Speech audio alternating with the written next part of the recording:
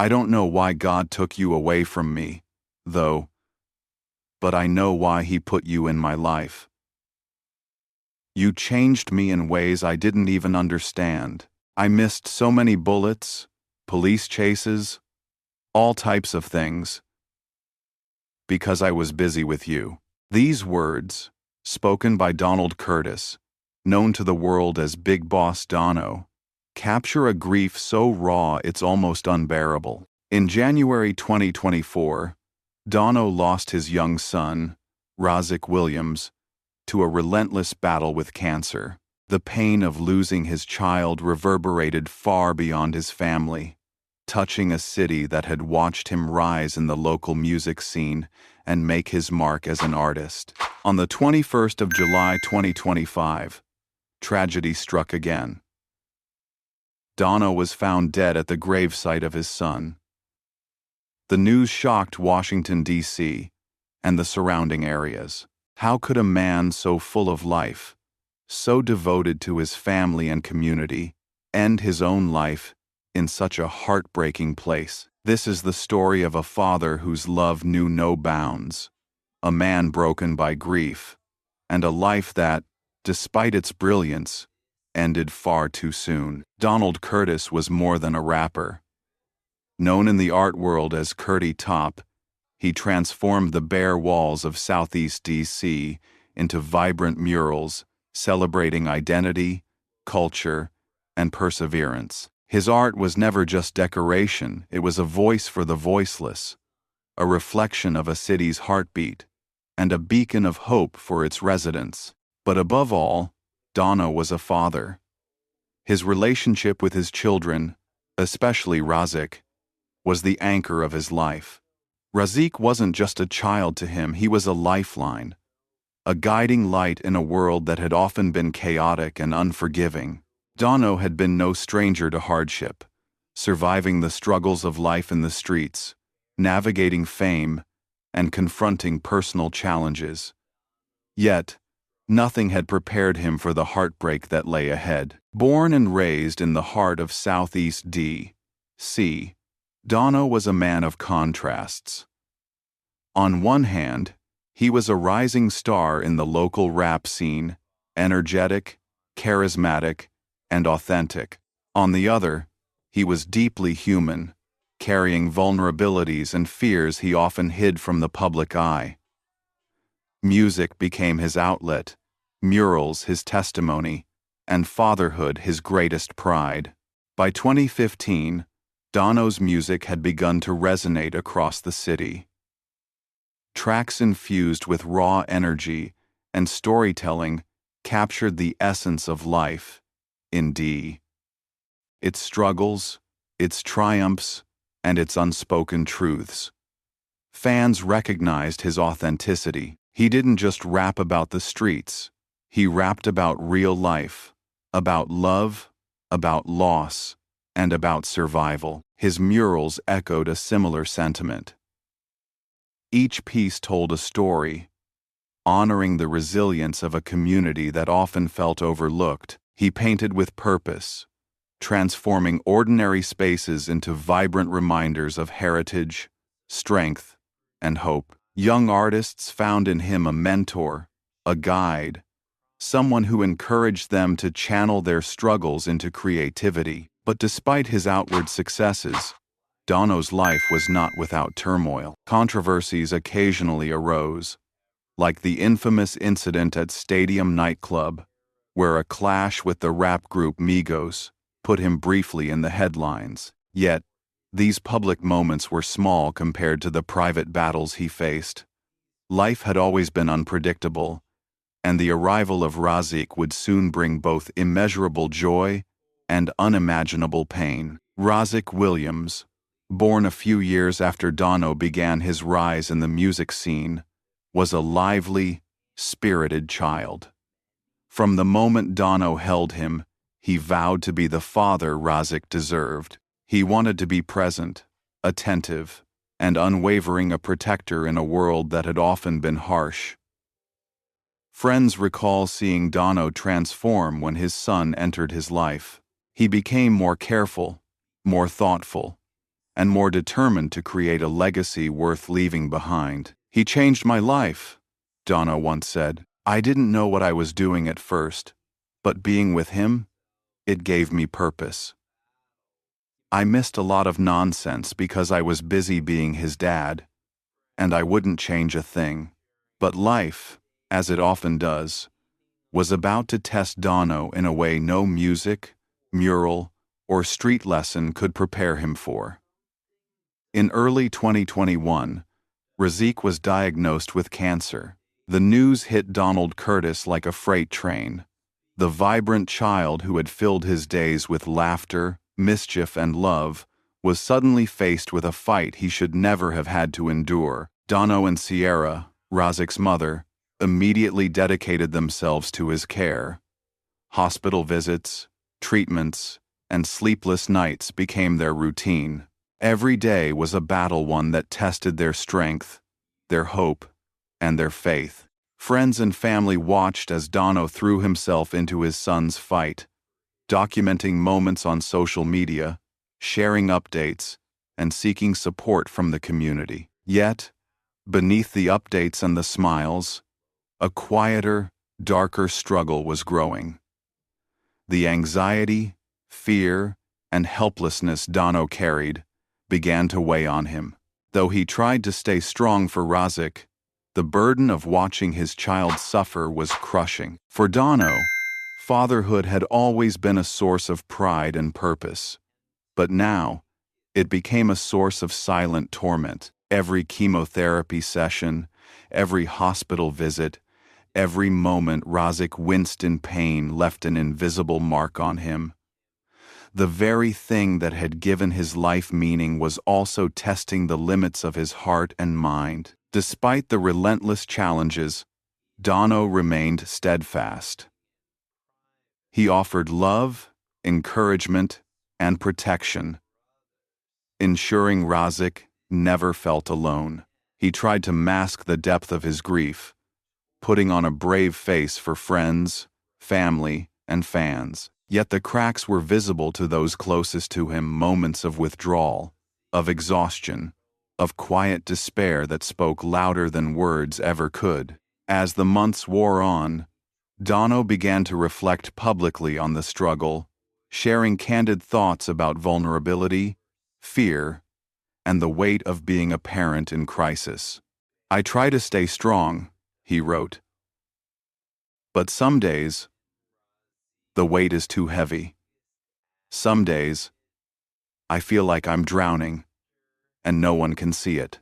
These words, simple yet powerful, offered a window into a father's heartbreak, a man caught between his own grief and the need to protect his child from fear. By the time Razik passed away in January 2024, Dano's life had been irrevocably altered. The boy who had been his reason to survive was gone, leaving a void that nothing could fill. Friends recall the silence that followed the rooms once filled with laughter, now heavy with absence. The murals he painted, the music he recorded, the mentorship he offered, all became ways to cope with a grief that was too profound for words. Yet, even in this darkness, Dano's story was not only about loss. It was about devotion, love, and the lengths a parent would go to protect, nurture, and inspire their child. The tragedy that had begun would set the stage for a heartbreaking journey, one that ultimately led to an unthinkable conclusion. The loss of Razik Williams left a void in Donald Curtis's life that no amount of music, murals, or mentorship could fill. Dano had been a father with purpose. His son was his compass, his reason to survive the chaos of life in Southeast D.C., and the bright light in a world that often seemed unforgiving. With Razik gone, that light had vanished, leaving a darkness he struggled to navigate alone. Friends and family watched as Dano withdrew. The once vibrant muralist and rapper became quiet, spending hours in his home staring at photos of Razik, scrolling through old videos, and reflecting on moments that would never return. Outwardly, He maintained the persona people knew, a man of energy, creativity, and guidance. But inside, grief had begun to consume him. He tried to channel his pain into his art. Murals became more emotionally charged, reflecting themes of loss, hope, and resilience. Music, too, became a sanctuary. Lyrics were infused with vulnerability he rarely showed publicly. Yet, while these creative outlets offered temporary relief, they could not replace the presence of his son. "I try to put on a smile for others," Dono admitted in an Instagram post months after Razik's death. "But in private, I cry. I feel lost. I feel broken. And some days, I just don't know how to keep going." This honest expression of grief resonated with many. Yet those closest to him knew it barely scratched the surface. The private torment, the sleepless nights, the hollow mornings, the endless questions of why remained hidden from the public eye. He carried the weight silently, refusing to burden others while battling a storm inside. Even in his sorrow, Dono continued to mentor young artists, encouraging them to follow their dreams and express themselves. Friends recall how he would push them to create, to embrace vulnerability in their work, and to channel pain into growth. Yet behind every encouraging word was a man slowly unraveling, trying to find purpose in a world that had taken the center of his universe. Despite these efforts, the grief was relentless. Razik had not only been his son, he had been his reason to survive dangerous streets, his anchor amidst fame, and the motivation to keep building a life beyond himself. With that anchor gone, Dono faced a profound emptiness.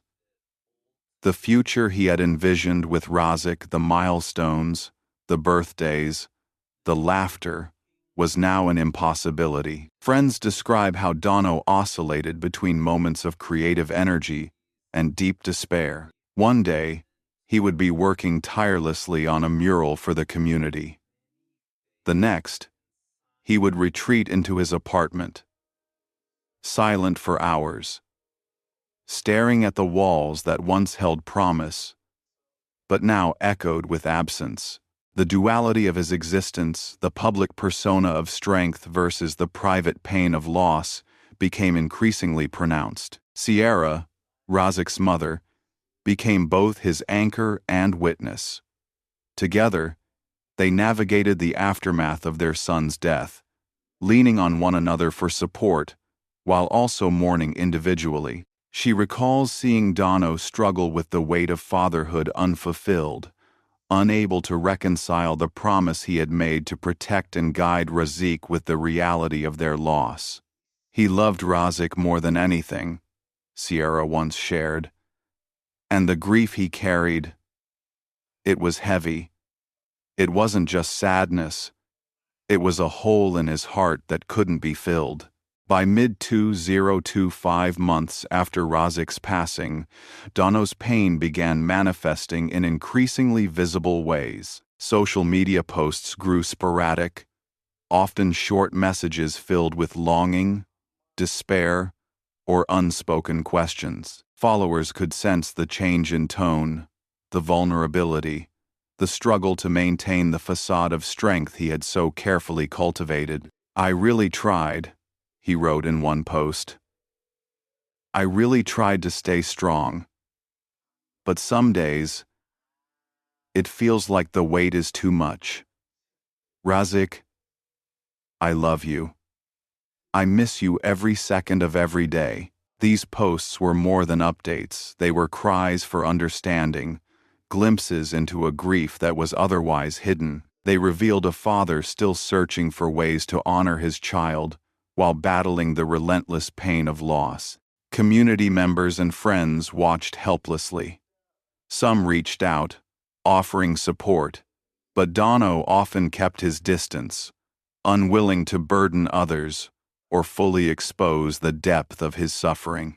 The contrast between his public persona, a mentor, artist, and figure of resilience, and his private anguish highlighted the tragic reality of grief left to fester in silence. Even as he attempted to find solace in his work, the memories of Razik's laughter, his milestones, and the moments they shared haunted Dano. The hospital visits, the chemotherapy sessions, the bedtime stories, and the simple joys of fatherhood had become ghosts that he could neither escape nor forget. The community, meanwhile, felt the ripple effects of his grief. Friends, fans, and mentees noticed the changes in his energy and demeanor. His murals, once filled with vibrant hope, now often carried a somber undertone, a reflection of the internal struggle he could not fully articulate. Music that had once celebrated life now conveyed the rawness of loss, echoing the pain that had consumed him. Despite this, Dano continued to give. He mentored young artists, collaborated with fellow musicians, and participated in community projects. His commitment to others never wavered, even as he grappled with an emptiness that threatened to swallow him whole. This duality, caring for others while silently hurting, became a defining characteristic of his final months. By July 2025, the weight of grief had reached a breaking point. Dano's Instagram post on July 21 would become his final message to the world. "I'm so sorry, y'all, but I can't take this no more. I really hope to see y'all again. Razik, I really tried. Mom, I tried. Dad, I tried. Sisters, brothers, I tried." Later that day, the unimaginable occurred. Dano was found dead at Razik's gravesite. The man who had been a pillar of creativity, mentorship, and fatherly devotion had succumbed to a grief too heavy to bear. The news left a city reeling, a community in mourning, and friends and family devastated. Yet even in his death, Dano's story would spark conversations, inspire reflection, and leave a lasting legacy. His murals, music, and mentorship became symbols of resilience and hope. His grief and honesty opened discussions about mental health, particularly for parents, fathers, and young men navigating profound loss. And his life reminded the world that even those who appear strongest can silently struggle, and that support, compassion, and understanding are critical to prevent tragedies like this from happening again. The tragic final chapter of Dano's life underscores a painful truth. Grief is complex, silent, and often invisible. It also highlights the enduring power of love, a father's love for his child, a man's love for his community, and the universal need for human connection in the face of loss. The news of Donald Curtis's death spread through Washington, D.C., like a shockwave. Social media lit up with disbelief. Fans shared memories, and friends and family struggled to comprehend the unthinkable. The man known for his murals, his music, and his mentorship, the father who had given everything to his son, was gone. Found at the very place that had once been a source of joy and love. Razik's gravesite. The tragedy struck a deep chord. Dano's life had been publicly vibrant, yet privately complex. His passing revealed a harsh truth that many already suspected, but could not articulate. Grief is an invisible burden, and even those who appear strongest can fall under its weight. In the days following, the community began to gather. Vigils were held at Razik's gravesite, at the murals Dano had painted, and at local studios, where he had spent countless hours mentoring young artists. Candles flickered in the summer breeze, and the soft hum of Dano's music filled the air. Friends and fans shared stories of the man who had inspired them, guided them, and lifted them when they had nowhere else to turn. Donald was more than a rapper or an artist, one former mentee recalled. He gave his time, his wisdom, his energy. He believed in us when no one else would. Losing him, it's like losing a part of the city itself. Sierra, Razik's mother, took to Instagram to share her grief and seek forgiveness for the tragedy. Her words resonated deeply. "Curtis, this is not okay. I'm hurting so badly. Please, God, forgive him. It wasn't intentional. Lord, he just wanted his son. Please allow him to reunite." The public outpouring of sorrow was immense. Fans, fellow artists, and neighbors flooded social media with tributes, sharing memories of Dono's generosity, mentorship, and artistic contributions. Stories poured in of how he had impacted lives, helping young artists navigate their first studio sessions, mentoring kids in the community, or simply listening to someone in need. Even as the grief was raw, there was a growing awareness. Dono's death highlighted not just the loss of a beloved figure, but a societal gap in mental health support, particularly for grieving parents, fathers, and young men. Murals became tribute walls. Artists repainted spaces he had once adorned, leaving room for community members to write messages to him and Razik. One mural, depicting Dono holding Razik in his arms, became a gathering point, a place where people could remember, cry, and reflect. Music events were organized in his honor. Local rappers performed tracks that Dono had influenced or created, using the platform to discuss grief, emotional vulnerability, and the importance of reaching out for help. Fans spoke of feeling connected to his story, seeing in him a reflection of their own struggles, losses, and silent battles. Mental health organizations and community leaders began using Dono's story as a catalyst for change.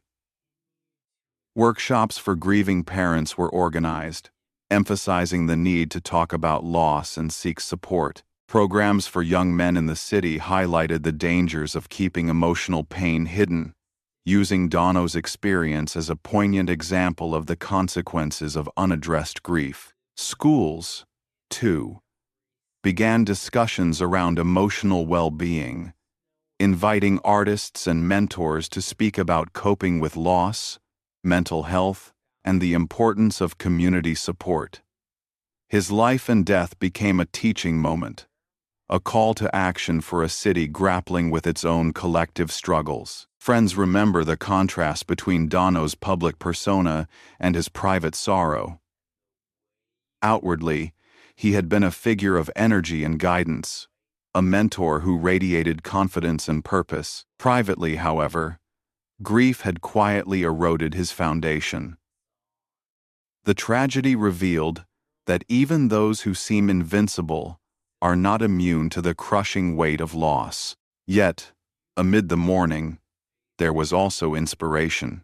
Dono's dedication to his son, his community, and his craft became a beacon for others to honor their loved ones through action, creativity, and mentorship. His murals, music, and the stories people shared became living memorials, reminders that even in loss, a life's impact endures. In the weeks that followed, the community continued to grapple with the duality of Dono's legacy, the joy and inspiration he brought, and the sorrow of a life cut short by grief. Vigils, murals, and tribute concerts became ongoing rituals of remembrance, ensuring that neither Dono nor Razik would ever be forgotten. But perhaps the most profound aspect of this period was the conversations it sparked. Parents, artists, friends, and neighbors began openly discussing grief, emotional struggles, and the importance of supporting one another. Dono's story became a catalyst for breaking silence, for acknowledging that strength does not mean hiding pain, and that vulnerability is not weakness. Even in death, Dono's influence rippled outward. Former mentees, inspired by his guidance, continued projects he had started, mentoring others in turn. Musicians who had once collaborated with him carried forward his artistic vision. And the community, touched by both his life and the tragedy of his passing, began to see grief not as an isolated burden, but as a shared, human experience. In a city still healing from his loss, Dono's legacy was becoming clear. His murals would continue to brighten neighborhoods, his music would continue to inspire, and his story would continue to teach lessons about love, loss, and resilience. The story of Donald Curtis is, at its core, a story about the human heart. It is about a father whose love knew no bounds, an artist who used creativity to uplift a community, and a man whose grief revealed the vulnerabilities hidden behind the masks we wear. His death was tragic, yes, but it also became a turning point for a city and a community to confront grief, recognize mental health struggles, and ensure that no one else suffers in silence. Donald Curtis's life and death remind us of a universal truth. Even the strongest among us need support, and no one should endure profound pain alone. His story continues to inspire change, awareness, and compassion, leaving a legacy that is far greater than fame or recognition. It is the enduring reminder that love, mentorship, and human connection are what truly define a life. In the months following Donald Curtis's death, Washington, D.C., struggled to come to terms with the loss of a man who had been so much more than a local rapper. Big Boss Dono had been a father, an artist, a mentor, and a symbol of perseverance. The void left by his passing extended far beyond the grief of his family. It touched the city itself. Communities began gathering not only to mourn, but to celebrate the life he had led. Tribute walls appeared across Southeast D.C., murals adorned neighborhoods, and music events were organized in his honor. Each act of remembrance served as both a memorial and a healing process, a way for the city to process the shock and sadness that had gripped it. Dono's murals, once a testament to the vibrancy of his community, now carried additional meaning. They became living memorials, each one representing resilience, hope, and the power of connection. One mural, in particular, depicting Dono holding Razik in his arms, drew crowds from across the city. People left messages of love, support, and shared grief, and the space became a sanctuary for reflection. Music, too, played a critical role in the healing process. Local artists and collaborators of Dono's performed tribute concerts, covering his songs, sharing stories, and discussing the struggles he had faced in private. These performances were more than entertainment. They were acts of remembrance, honoring a man whose life had influenced countless others.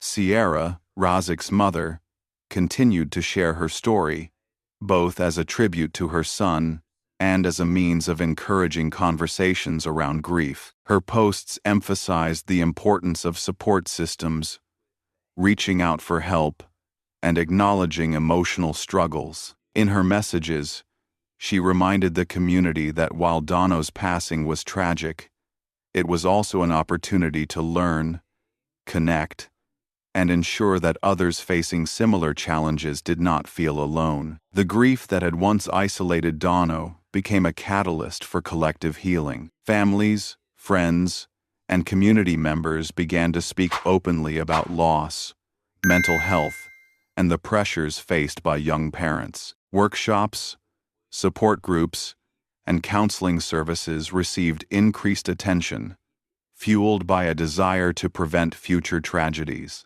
Even as the city mourned, Dono's impact continued to ripple outward. Former mentees carried on his work, mentoring others and nurturing young artists in his stead. Musicians he had collaborated with incorporated his teachings into their art, ensuring that his influence would persist long after his passing. Each person touched by Dono's guidance became a living reminder of his generosity, creativity, and devotion. The story of his life and death also sparked conversations in schools, community centers, and local organizations about the importance of emotional literacy. Discussions about grief, mental health, and vulnerability became more common, particularly among young men who, like Dono, often carried burdens silently. In this way, the tragedy of his passing became a turning point, highlighting the need for greater awareness and proactive support for those struggling emotionally. Dono's music, once celebrated for its authenticity and raw storytelling, took on a new significance after his death. Fans revisited his tracks, listening with fresh perspective, hearing the underlying vulnerability in his words. Songs that had once been enjoyed for rhythm and flow now carried emotional weight, reflecting the personal struggles he had faced and the love he had for his son. His murals, too, became more than art. They became symbols of hope and resilience in the face of tragedy. Neighborhoods where Dono had painted began to organize community projects inspired by his work, from art classes to mentorship programs, ensuring that his legacy would continue to shape lives positively. Perhaps the most profound aspect of this period was the community's collective realization that grief and emotional pain cannot be hidden forever. Dono's struggle, though intensely personal, had exposed a universal truth. Even those who appear strongest need support, guidance, and compassion. His story emphasized that vulnerability is not weakness, and that reaching out is an essential step in coping with life's most challenging moments. Friends and family remember him not just for his talent, but for the love he shared freely and the support he offered to anyone willing to learn. Donald didn't just create for himself, one mentee recalled. He created to uplift others, to give people hope, to show them that no matter where you come from, you can leave something beautiful behind. As time passed, memorials and vigils became more structured. Annual events in Dono and Razik's honor were proposed, not only to remember their lives but also to raise awareness about grief, mental health, and parental loss. Schools introduced art and music programs dedicated to his name, teaching students to express themselves and process emotions through creative outlets. Community leaders recognized that Dono's death, while tragic, had become a powerful catalyst for change. Mental health initiatives saw increased funding. Local artists collaborated on healing projects, and conversations that had once been taboo were now part of the public dialogue. In death, Dono had sparked a movement toward compassion, understanding, and communal care. Yet amid these acts of remembrance, the personal grief of those closest to Dono remained palpable. Sierra, friends, and family continued to navigate their pain, now supported by a city more aware of the challenges faced by those in mourning. They drew strength from the stories shared by others, the murals, the music, and the collective desire to honor both Dono and Razik in ways that were meaningful, lasting, and impactful.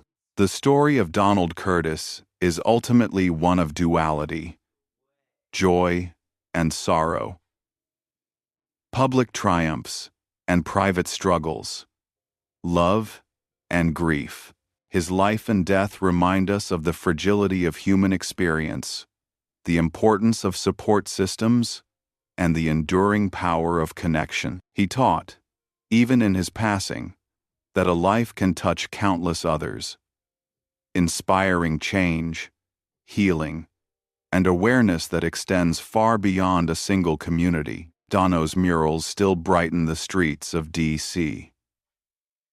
His music still resonates in headphones and speakers across the city, and the lessons from his life echo in classrooms, homes, and studios. His story has become a symbol, a call to action for parents, artists, and communities everywhere to confront grief openly, support those struggling in silence, and honor the lives of those who cannot speak for themselves. Through loss, a city learned resilience.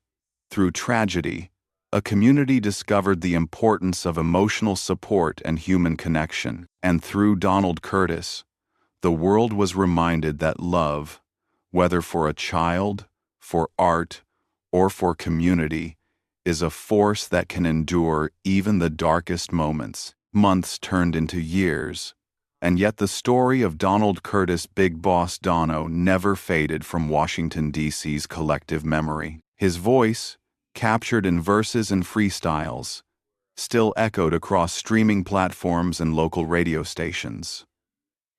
His murals, now maintained by community groups, remained vibrant reminders of his presence. And for those who knew him intimately, every corner of the city still whispered his name. But the true legacy of Dono was not just in art or music, it was in the people he had touched. Young rappers who once shadowed him in the studio began releasing their own projects, each one crediting Dono as the reason they had picked up a pen. Street artists who had painted alongside him carried his vision forward, teaching the next generation how to use walls as canvases for resilience and hope. It was as though Dono had planted seeds everywhere he went, and even after his death, they continued to bloom. One of Dono's closest mentees, a rapper named Trey, often spoke publicly about how Dono had saved him from a path of destruction.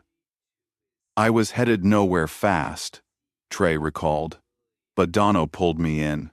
He showed me that I had something worth saying, something worth building. When I lost him, I felt like I lost everything. But then I realized the best way to keep him alive was to keep building." Trey's words resonated deeply with fans and fellow artists alike. His own music began to carry Dono's influence, not only in sound but in substance. Songs about grief, resilience, and the struggles of fatherhood became his hallmark. Each lyric, in some way, carried a fragment of Dono's spirit. And Trey was not alone. Dozens of young people, many of whom had looked up to Dono, now spoke about him in interviews, podcasts, and community forums. They shared stories of late-night studio sessions, paint-stained clothes after marathon mural projects, and the countless lessons Dono had imparted. Through these recollections, a fuller picture of the man emerged, not just as an artist, but as a mentor, father figure, and source of quiet strength. Meanwhile, Sierra, Razik's mother, continued to be a central figure in preserving both her son's and Dono's memory. She spoke at events about grief, loss, and healing, always with an honesty that struck those who listened. Her advocacy wasn't rooted in performance. It was raw, unpolished, and painfully human. She often reminded audiences that while murals and music were powerful, the most important legacy was the conversation about love and vulnerability. "Donald loved his son more than anything," she would say, "and when he lost Razik, he lost part of himself. We can't let people carry that kind of grief alone. We have to listen. We have to show up." Her words became rallying cries at memorial events, pushing communities to not only remember but to act. Counseling programs were expanded, mentorship projects received new funding, and families grieving quietly were encouraged to speak their truths openly, without shame. The city of Washington, D.C., itself evolved in the aftermath of Dono's passing. Streets where his murals stood became gathering spaces during annual Remembrance Days. Local politicians, activists, and community leaders began to recognize the significance of his story, weaving it into broader conversations about mental health, parental grief, and the need for creative outlets in underserved neighborhoods. Schools began integrating Dono's story into discussions about resilience and self-expression. Teachers would play clips of his music, not only for its rhythm and flow, but for its honesty about life in the city. Students who might have once dismissed school as irrelevant suddenly saw a reflection of their own struggles in Dono's words. He became proof that even in the hardest environments, beauty and meaning could be created. Fans also played a critical role in ensuring Dono's legacy endured. Online, his name trended every year on the anniversary of his death. Hashtags like #Long Live Dono and #Razak's Forever circulated, uniting strangers in shared grief and remembrance. Tribute videos flooded YouTube, blending his music with photos of murals and clips from old performances. What struck many about these tributes was the emotional intimacy. Dono was not a global superstar, but to his community, he was larger than life. His fans didn't just listen to his music, they lived with it. For them, every lyric was a reminder of conversations shared, corners painted, and dreams pursued despite obstacles. Perhaps the most lasting impact of Dono's life and death was the way it shifted the narrative around masculinity, grief, and vulnerability in his community. In a culture where men were often expected to remain stoic, Dono's struggle became a reminder that silence can be deadly. His story gave others permission to admit when they were hurting, to ask for help, and to lean on one another. At support groups and open mics, young men began telling their own stories of loss. Some spoke about brothers lost to violence, others about absent fathers, and many about the unspoken burdens they carried. In every story, Dono's name surfaced as an example that it was okay to be honest, okay to break down, and okay to rebuild. In the years that followed, a foundation was launched in Dono's name, funded by donations from fans, artists, and community leaders. Its mission was simple yet powerful: to provide creative outlets and mental health support for grieving families. The foundation organized art workshops, music lessons, and counseling sessions, ensuring that the cycle of silence and isolation that Dono endured would not repeat for others. The foundation's work quickly expanded, reaching beyond Washington, D.C., into other cities facing similar struggles. What began as a local effort became a national conversation, fueled by the belief that Dono's story was not just about one man, but about countless others whose grief went unseen. Even as his name spread further, Dono's legacy remained deeply rooted in the streets where he grew up. His murals continued to be refreshed, his songs replayed, and his influence carried forward by those he had touched. And every year, on the day he was found at Razak's grave, people gathered not only to mourn, but to celebrate. Celebrate his life, his art, his love, and the community he had built. In the end, the echo of his voice was not confined to tracks or memories. It reverberated in the laughter of children painting murals, the verses of young rappers finding their footing, and the open conversations about grief that he had unknowingly inspired. Big Boss Dono's story became proof that even in tragedy, there can be transformation. that through loss, there can be healing, and that a man's love for his son, his art, and his city can outlive him, rippling through generations.